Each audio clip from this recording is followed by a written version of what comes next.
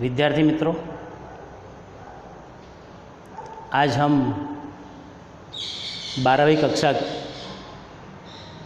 का काव्य तीसरा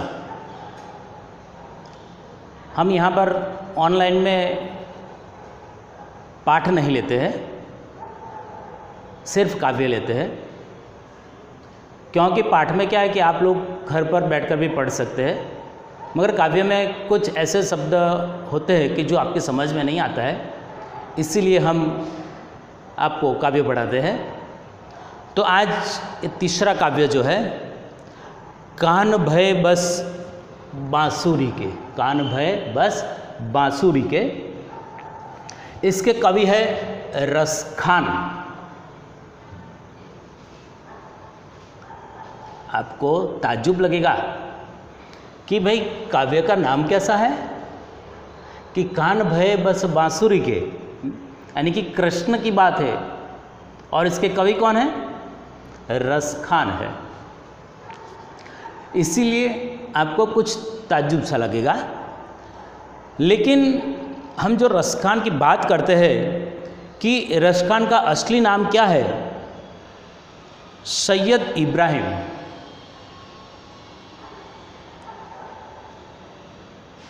उनका जन्म दिल्ली के एक संपन्न पठान परिवार में हुआ था। वो वैसे तो मुस्लिम समाज के हैं, मगर कृष्ण के प्रति उनकी जो भक्ति है, बहुत अच्छी भक्ति है कृष्ण के प्रति। इसमें यहाँ पर कोई धर्म, कोई नात, कोई जात, ऐसा कुछ भी नहीं है। सिर्फ भगवान के प्रति उनकी श्रद्धा और विश्वास है। इसीलिए हमें समझना है कि रसखान ने कृष्ण के प्रति उनकी जो भावना है उसको किस प्रकार व्यक्त किया है, तो इस काव्य के द्वारा उन्होंने व्यक्त किया है। गोस्वामी विट्ठलनाथ जी से दीक्षा ग्रहण कर व्रज में रहकर कृष्ण भक्ति के पद की उन्होंने रचना की है। देखो, उनके गुरु जिसका नाम है गोस्वामी विट्ठलनाथ जी, उसी से उन्होंने दीक्षा ली थी और फिर उन्होंने इस कृष्ण भक्ति के पदों की रचना की। वो मुसलमान कवि की कृष्ण भक्ति अत्यंत सराहनीय है। इनकी कविता में कृष्ण की रूप माधुरी, व्रज की महिमा, राधा कृष्ण की प्रेम लीला, इन सभी का वर्णन आता है।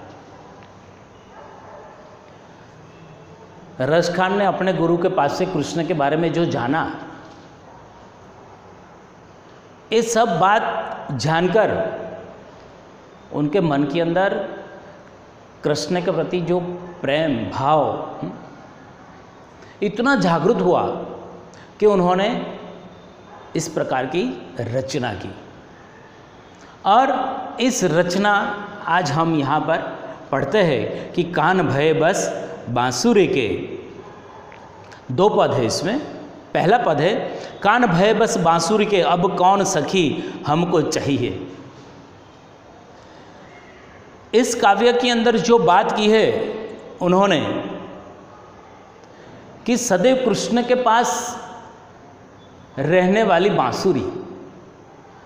हम जानते हैं कि कृष्ण को सबसे प्यारी कोई जो चीज़ है तो वो बांसुरी है, और वो बांसुरी को सदाई अपने पास रखते थे और खास करके अपने अधरों पर रखकर उसको वो बजाते थे। और जब बांसुरी बजती है तो क्या होता है, व्रज की सारी गोपियाँ अपना सब कुछ काम छोड़कर कृष्ण के पास चली जाती है। यहाँ तक कि इस बांसुरी को सुनकर व्रज के वासी, पशुधन, पक्षी, पेड़ पौधे सब इस बांसुरी को सुनने के लिए तैयार रहते हैं। कब कृष्ण की बांसुरी बजे और हमें सुनने को मिले। तो यहाँ पर रसखान ने एक ऐसी बात कही है कि कृष्ण के प्रति जो बांसुरी का कृष्ण के प्रति जो प्रेम है, उस प्रेम की बात की है। लेकिन इससे क्या होता है कि हम जानते हैं कि स्त्रियां कैसी होती है। यहाँ पर इस काव्य के माध्यम से हम आपको बताते हैं कि स्त्रियों को कुछ जलन होती है, जलन। अपना जो प्रेम होता है ना, इसी प्रेम को बांटना नहीं वो चाहती है, इसीलिए जलन होती है। और इस जलन को लेते हुए यहाँ पर रसखान ने ये बताया कि जो गोपियाँ हैं वो गोपियाँ किस तरह आकुल व्याकुल हो जाती है, वो अपने मन में क्या समझती है कृष्ण के प्रति, ये यहाँ पर बताया है कि कान भय बस बांसुरी के, अब कौन सखी हमको चाहिए। क्या है कि अब तो कान्हा को यानी कि कृष्ण को क्या पसंद है, बांसुरी पसंद है। इसलिए हमारा कौन, कृष्ण तो अब हमें याद भी नहीं करेगा, हम जाए तो कहाँ जाए। कृष्ण को तो अभी उनकी जो बांसुरी है वो बहुत पसंद है। इसीलिए यहाँ पर गोपियाँ है अपने दिल की जो व्यथा है वो व्यक्त करती है। उसको ऐसा लगता है कि हमारा जो कृष्ण के प्रति प्रेम है, इस प्रेम का जो बंटवारा हो गया तो किसने किया, तो बांसुरी ने किया। इसीलिए यहाँ पर बांसुरी को गोपियाँ अपनी सौतन समझती है। कान भय बस बांसुरी के, अब कौन सखी हमको चाहिए। चाहिए इसका अर्थ है चाहेगा, हमें अब कौन चाहेगा। कृष्ण को तो बांसुरी अच्छी लगती है, इसीलिए कृष्ण अब हमें छोड़ देंगे तो हमारा क्या, हमें कौन चाहेगा। हमें तो चाहने वाला एक ही था, वो था कृष्ण। इसीलिए कहती है कि अब कौन सखी हमको चाहिए, हमें कौन चाहेगा, हमें कौन प्रेम करेगा। निसी घोंस रहे संग साथ लगी। निसी का मतलब है रात और घोंस का मतलब है दिन। अब तो क्या हो गया, निसी घोंस रहे संग साथ लगी। कृष्ण के साथ दिन रात अब कौन रहता है, बांसुरी रहती है। इसीलिए गोपियाँ कहती है कि निसी घोंस रहे संग साथ लगी, यह सौतीन तापन क्यों सही है। ये कौन है बांसुरी हमारी, सौतीन। सौतीन का मतलब है सौत, यानी पति की दूसरी जो पत्नी होती है उसको क्या कहते हैं, सौत कहते हैं। यहाँ पर गोपियाँ जो है उन्होंने बांसुरी को क्या कह डाला, सौतीन कह डाला, क्योंकि हमारे प्रेम का बंटवारा हो गया। हमारा जो प्रेम था वो किसने पा लिया, बांसुरी ने पा लिया, इसीलिए उसको सौतीन कहा। सौतीन सौत है वो हमारी, हमारे पति कृष्ण है, उसकी वो दूसरी पत्नी है। ऐसा कह डाला कि सौतीन तापन क्यों सही है। तापन यानी दुख, हम क्यों दुख सहे। अभी तो कृष्ण हमारे रहे नहीं, अभी तो बांसुरी के हो गए, बांसुरी को अपने साथ लेकर घूमते फिरते रहते हैं। इसीलिए हमें क्या करना, सौतीन तापन क्यों सही, हम दुख क्यों सहे। कृष्ण से जो वियोग होता है ना, वो इतना दुखदायक होता है गोपियों के लिए कि वो बिल्कुल भी सह नहीं सकती है। इसीलिए वो कहती है कि हम ये दुख क्यों सहे। कृष्ण से दूर रहने का, कृष्ण से थोड़ा सा भी दूर होने का उनका जी नहीं चाहता है। इसीलिए आज उन पर बहुत आफत आ गई है।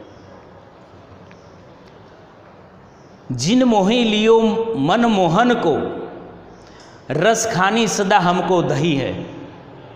क्या कहा? जिन मोहि लियो मन मोहन को, जिसने हमारे कृष्ण को मोह लिया है, अपने वश में कर लिया है। क्या किया? अपने बस में कर लिया है कृष्ण को। ये बांसुरी ने ऐसा काम किया है, इसलिए कहती है कि जिन मोहि लियो मन मोहन को, रस खानी सदा हमको दही। वो बांसुरी क्या करती है? हमें जलाती है। दही का मतलब है जलाना। बांसुरी हमें जलाने का काम करती है और कृष्ण के साथ रहती है, और हम कृष्ण से दूर हो गए। इसीलिए आज गोपियों को बहुत दुख होता है, बहुत दुख होता है। इसीलिए वो कहती है कि कृष्ण के मन को जिसने मोह लिया है, आज तक कृष्ण हमारा था,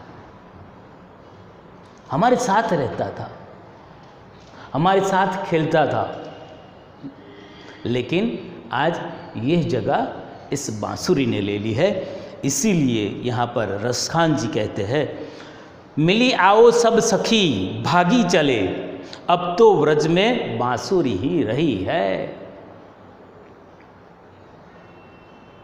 क्या कहते? बहुत दुखित हो गई, बहुत व्यथित हो गई सारी गोपियाँ। इसीलिए कहती है कि मिली आओ सब सखी, चलो सब आ जाओ साथ, और क्या करें? भागी चले, अब तो व्रज में बांसुरी ही रही है। हमें अब क्या करना है? व्रज को छोड़ देना है।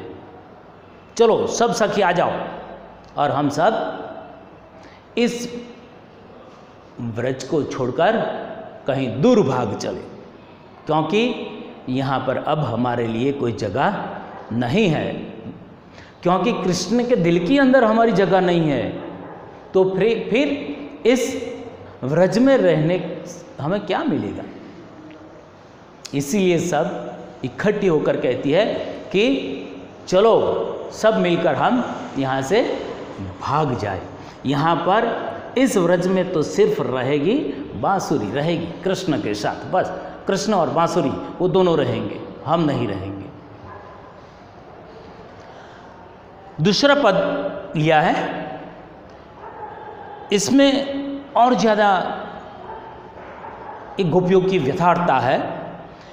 मोर पखा सिर ऊपर राखी है, मोर पखा सिर पर राखी है, गुंज की माल गरे पहिरोंगी। हम क्या करेंगे और क्या नहीं करेंगे हो, हम अभी हम कृष्ण को कहते हैं। रसखान ने गोपिया की जो ये व्यथा है वो व्यथा बताई है कि मोर पखा सिर ऊपर राखी है, गुंज की माल गरे पहिरोंगी। यानी मोर पखा यानी मोर मुकुट, कृष्ण का जो मुकुट है ना, उस पर जो मोर पींछ होता है ना, वो हम पहनेंगे, सिर ऊपर हम रखेंगे, गुंजा की माला हम गले में पहनेंगे, और ओढ़ी पीताम्बर लव लकुटी, पीताम्बर कृष्ण भगवान जो वस्त्र पहनते हैं वो पीताम्बर भी हम पहनेंगे। लय लकुटी, लकुटी, लकुटी का मतलब लाठी, लाठी हाथ में लिए, लय लकुटी बन गोधन ग्वारन संग फिरोंगी। लाठी लेकर हम ग्वालों के साथ गैया चराने के लिए भी जाएंगे। भाव तो वो ही मेरो रस खानी, सो तेरो कहे सब स्वांग करूंगी। रसखान कहते हैं कि हम सब स्वांग रचेंगे, सभी प्रकार के हम स्वांग रचेंगे, मगर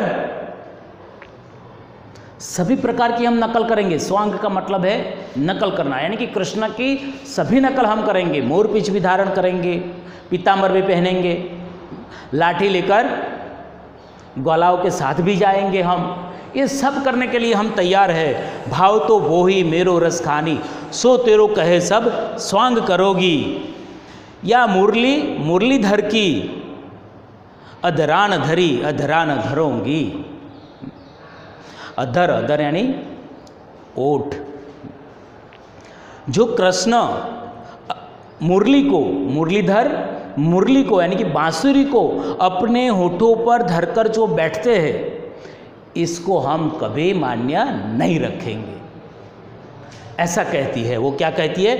या मुरली मुरलीधर की, क्या कहा? या मुरली मुरलीधर की अधरान धरी अधरान धरोगी। हम कभी इस मुरली को हाथ भी नहीं लगाए, हम कभी उसको अपने अधरों पर भी नहीं रखेंगे, हम मुरली को कभी अपने पास नहीं रखेंगे, क्योंकि वो तो हमारी सौतन है, सौतन है। तो यहाँ पर रसखान ने इस 2 पद के द्वारा गोपियों की जो मन की व्यथा है, कृष्ण के प्रति जो अपना प्रेम भाव है, वो व्यक्त किया है। यहाँ पर ये हमारा तीसरा काव्य पूर्ण होता है। इसका जो स्वाध्याय है, वो स्वाध्याय आप सबको अपनी नोटबुक में लिखना है। धन्यवाद।